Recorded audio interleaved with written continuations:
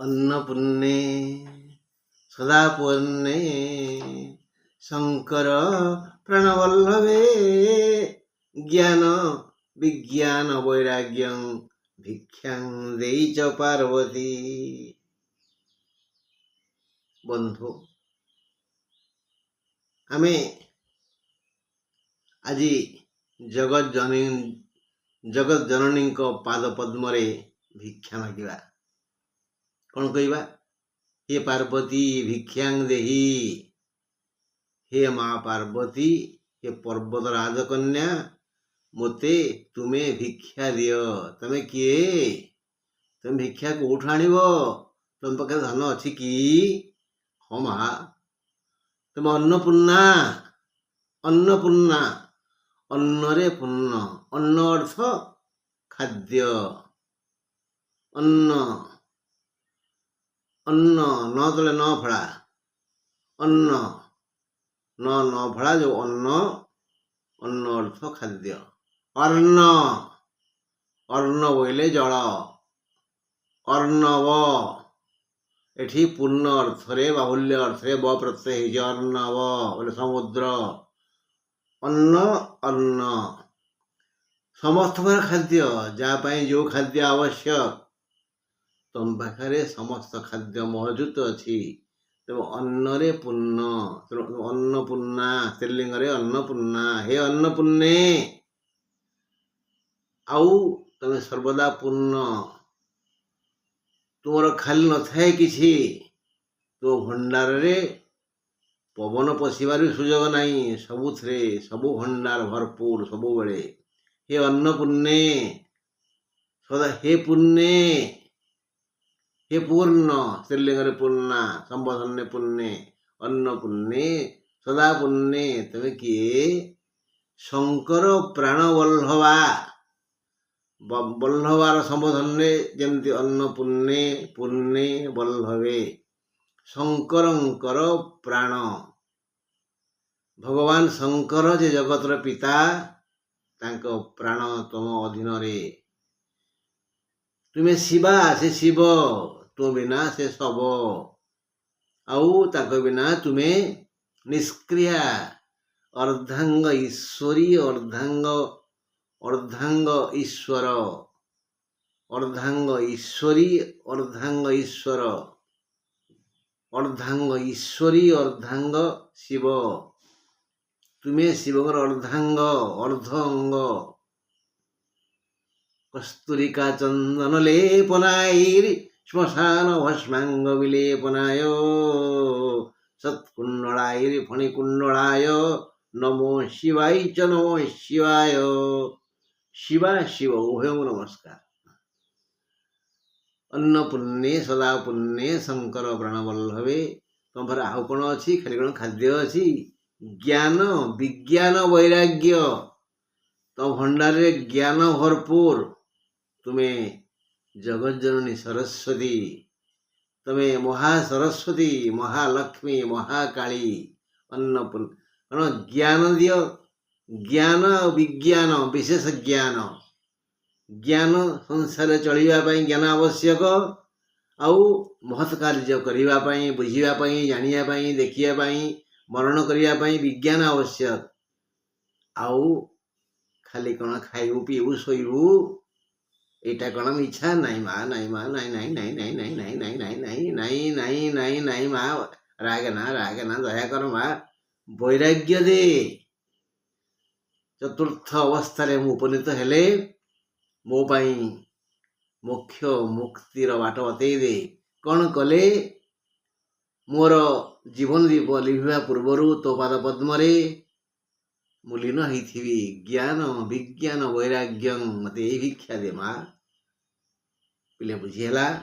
अन्नपूर्णे सदा पुण्ये शंकर प्रणवल्लभे ज्ञान विज्ञान वैराग्य भिक्षां देहि च पार्वती। हे बंधुगण आज आमे महाकाली महालक्ष्मी महासरस्वती स्वरूपा अन्नपूर्णा को कहीं स्मरण कले? हाँ ସିଏ ପରା ଏବେ କନ୍ୟା ଲଗ୍ନର ଦ୍ୱାରଦଶରେ ଉପସ୍ଥିତ। କନ୍ୟା ଲଗ୍ନର ଭାଗ୍ୟଲକ୍ଷ୍ମୀ କୋଉଠି କୋଉଠି ଅଛନ୍ତି ଆସନ୍ତୁ ନା ଏ ବିଷୟରେ ଟିକେ ଆମେ ଅନୁସନ୍ଧାନ କରିବା। କନ୍ୟା ଲଗ୍ନକୁ ବିଶ୍ଳେଷଣ କରିବା, ବୁଝିବା, ଆଲୋଚନା କରିବା, ଜାଣିବା। ମୋର କନ୍ୟା ରାଶିର ବନ୍ଧୁମାନେ ଏ ବିଷୟରେ ଟିକେ ଆକାଙ୍କ୍ଷିତ ଥିବେ। ହଁ ବନ୍ଧୁ, କନ୍ୟା ରାଶିର ଅଧିପତି ବୁଧ, କନ୍ୟା ଘର ବୁଧଙ୍କର ଘର, ବୁଧ ଗ୍ରହର ମୂଳ ତ୍ରିକୋଣ ଯେଉଁ ଗ୍ରହର ଯେଉଁ ଘର ମୂଳ ତ୍ରିକୋଣ ସେଠାରେ ସେ ପାୱାରଫୁଲ, ମହାଶକ୍ତି ସମ୍ପନ୍ନ, ଅତି ବଳଶାଳୀ। କନ୍ୟାରେ ବୁଧ ଅତି ଶକ୍ତି ସମ୍ପନ୍ନ, ମହାବଳଶାଳୀ। ତେଣୁ କନ୍ୟା ତାଙ୍କର ମୂଳ ତ୍ରିକୋଣ। କନ୍ୟାରେ ବୁଧ ଉଚ୍ଚ।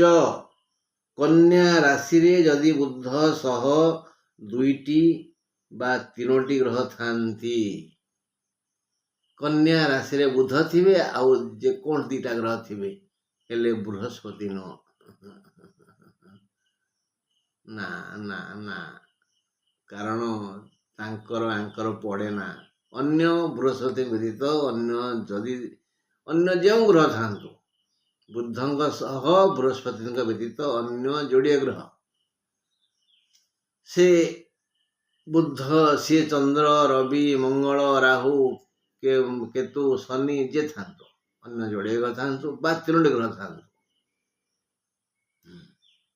ମାନେ ଯେହେତୁ ମାଲିକ ମାନେ ବୁଧ ଉଚ୍ଚରେ, ତେଣୁ ତାଙ୍କ ଘରେ ଆଉ 2ଟି ବା 3ଟି ଗ୍ରହ ଥିଲେ ତାଙ୍କର ଶକ୍ତି ଉତ୍ସାହ ବଢ଼ିଯାଏ। ଦୈବ ଏଭଳି କ୍ଷେତ୍ରରେ ସ୍ୱତନ୍ତ୍ର ସୁଯୋଗ ସୃଷ୍ଟି କରନ୍ତି, ସେମାନଙ୍କ ଜୀବନରେ ଶାନ୍ତି ବୃଷ୍ଟି କରନ୍ତି। ସେମାନେ ସମସ୍ତେ ଭାଗ୍ୟବାନ ହେଇଯାଆନ୍ତି। ଭାଗ୍ୟଲକ୍ଷ୍ମୀ ସେମାନଙ୍କ ଦ୍ୱାର ଦେଶରେ ଉପସ୍ଥିତ ହୋଇ ତାଙ୍କ କବାଟକୁ ଠକ୍ ଠକ୍ ଠକ୍ କରନ୍ତି। କବାଟ ଖୋଲ, ମୁଁ ଯିବି। କବାଟ ଉନ୍ମୋଚନ କର, ମୁଁ ଯିବି। କନ୍ୟା ଲଗ୍ନ ହେଇଥିବ, ସେଠି ବୁଧ ଥିବେ, ଅନ୍ୟ ଯୋଡ଼ିଏ ବା 3ଟି ଗ୍ରହ ଥିବେ। ଏହା ଏକ ସୁଯୋଗ। ସେଇଠିକି ଅନ୍ନପୂର୍ଣ୍ଣା ଆସିବେ। ହଁ, କନ୍ୟା କାରଣ ସେଠି ବୃହସ୍ପତି ବୁଧର ବାଧକ ଗ୍ରହ।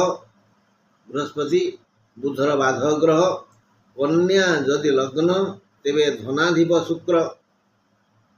କନ୍ୟା ଲଗ୍ନର 2ୟ ଘର କିଏ ହେଲା? ଶୁକ୍ର। ତୁଳା ଘର ହେଲା 2ୟ ଘର, ସେ ଘର ଅଧିପତି ହେଲେ ଶୁକ୍ର। କିଏ ଧନପତି, ବର୍ତ୍ତମାନ ଧନପତି କିଏ ହେଲେ? ଶୁକ୍ର ହେଲେ। ଧନ ଘର 2ୟ ଘର। ଧନପତି ଧନ କର୍ମକୁ ଯଦି ଶୁକ୍ର ଧନରେ ମାନେ ତୁଳାରେ ବା 10ମ ଘର, କନ୍ୟା, ତୁଳା, ବିଛା, ଧନୁ, ମକର, କୁମ୍ଭ, ମୀନ, ମେଷ, ବୃଷ, ମିଥୁନ, ଯଦି ମିଥୁନରେ ଥାନ୍ତି, ଶୁକ୍ର ତୁଳାରେ ଥାନ୍ତି ବା ମିଥୁନରେ ଥାନ୍ତି, କନ୍ୟା ଲଗ୍ନ ହେଇଥିବ। ଏଠି ବୁଧ ଥାନ୍ତୁ ନଥାନ୍ତୁ, ମାର ଗୋଡ଼ି ସେ କଥା। ବୁଧ ଥିଲେ ତ ବହୁତ ଭଲ, ଯଦି ନାହାନ୍ତି, ମନେକର କନ୍ୟା ଲଗ୍ନରେ ବୁଧ ନାହାନ୍ତି କିନ୍ତୁ ଶୁକ୍ର ଅଛନ୍ତି ତୁଳାରେ ବା ମିଥୁନରେ, ତାହେଲେ ଏହା ଏକ ରାଜଯୋଗ। ଯଦି ଭିକାରୀ ସନ୍ତାନର ଜାତକରେ ଏ ଯୋଗ ଥାଏ, ତାହେଲେ ସେ କ୍ରମଶଃ ଉନ୍ନତି କରି ତାଙ୍କର ଯୌବନର ଶେଷ ପାହାଚ ବେଳକୁ ସେ ମହାଧନୀ ହେଇଯାଇଥିବେ। ଭିକ୍ଷୁକାତ୍ମଜ ରାଜା ଭବତି। ଭିକ୍ଷୁକ ସନ୍ତାନ, ଭିକ୍ଷୁକ ଆତ୍ମଜ ରାଜା ଭବତି। ବୁଝିଗଲା?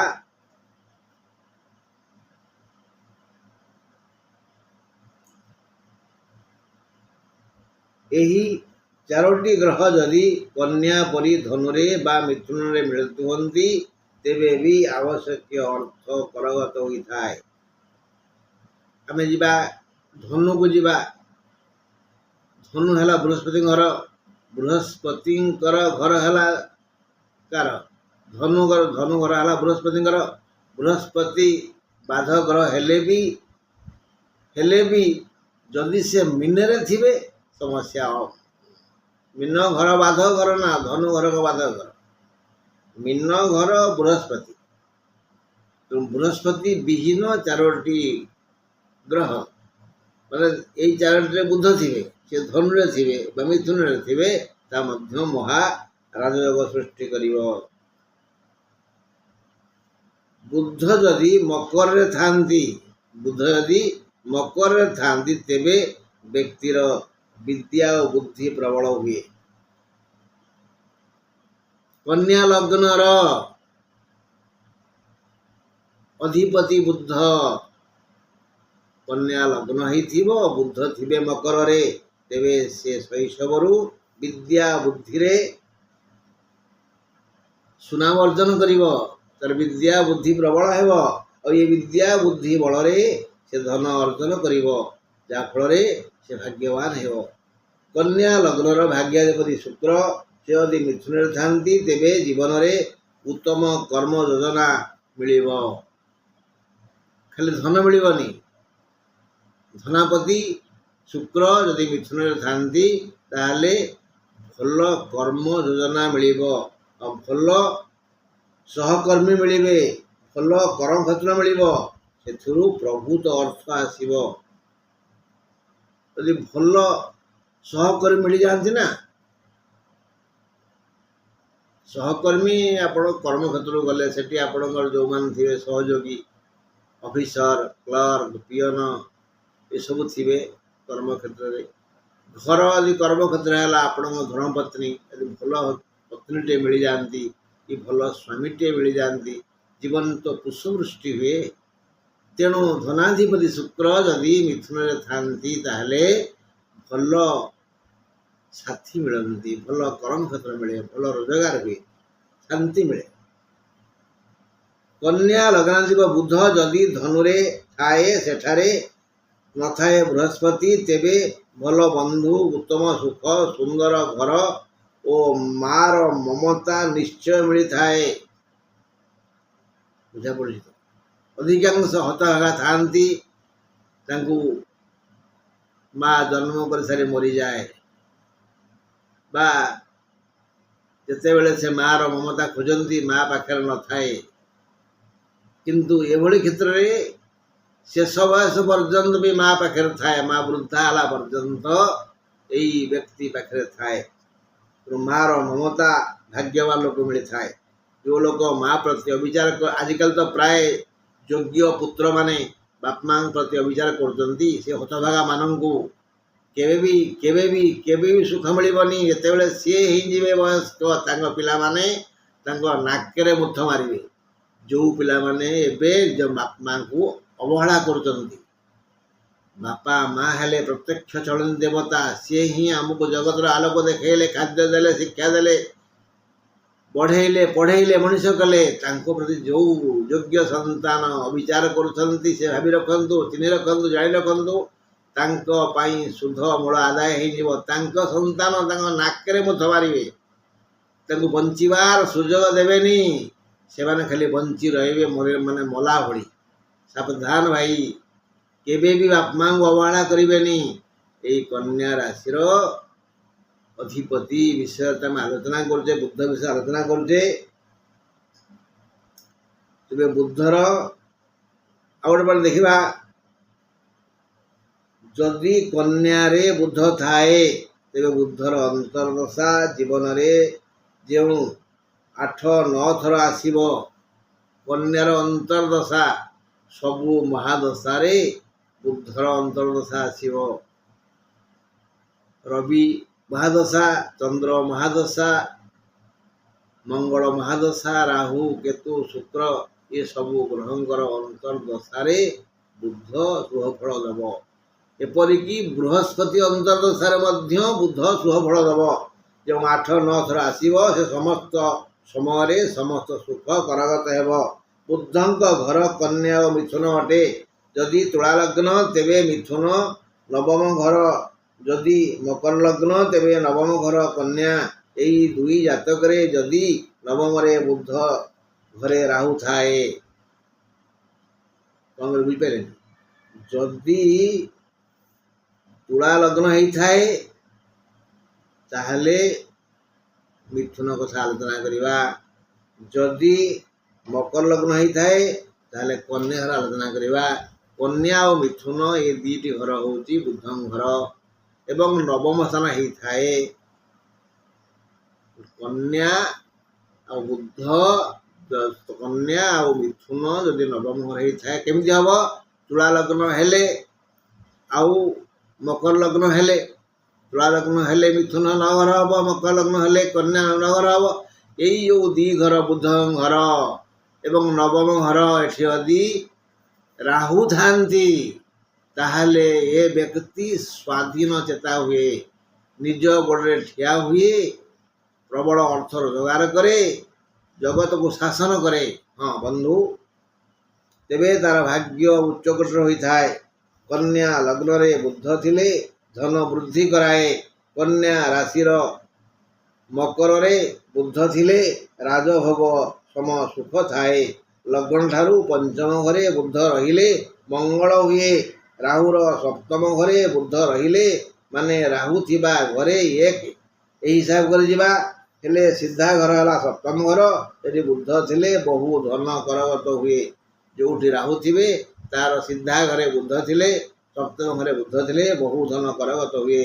ବୁଧ ଲଗ୍ନରେ ଥିଲେ ରୋଗ ପ୍ରାୟ ହୁଏନି। ବୁଧ ଲଗ୍ନରେ ଥିଲେ ରୋଗ ପ୍ରାୟ ହୁଏନି। ଶୈଶବରୁ ବୁଦ୍ଧି ପ୍ରଖର ହୁଏ, ଯଶ କୀର୍ତ୍ତି ବଢ଼ିଯାଏ, ସାହସୀ ଓ କର୍ମଠ ହୋଇଥାଏ ବ୍ୟକ୍ତି। ଯଦି ବୁଧ ସହ ଚନ୍ଦ୍ର ଓ ଶୁକ୍ର ମିଶି କୌଣସି ଘରେ ଥାନ୍ତି ତେବେ ସେ ଶୈଶବରୁ ପୁଣ୍ୟ କାର୍ଯ୍ୟ କରିଥାଏ। ଗୀତରେ ଶୁଣିବେ। ଲଗ୍ନେ ବୁଧ ଆରୋଗ୍ୟ ଶରୀର, ଶିଶୁ କାଳୁ ବୁଦ୍ଧି ସ୍ଥିର, ସର୍ବଲୋକେ ପାଏ ଯଶ, ଯେଣେ ଗମେ ତେଣେ ପୌରୁଷ। ବନ୍ଧୁ ଆଜି ଏତିକି। ଆମେ ଆସନ୍ତାକାଲି ତୁଳା ରାଶି ଉପରେ 2 ପଦ ଦୁଃଖ ସୁଖ ହବା ଯଦି ଈଶ୍ୱର ଚାହାନ୍ତି। ନା କ'ଣ କହୁଛନ୍ତି?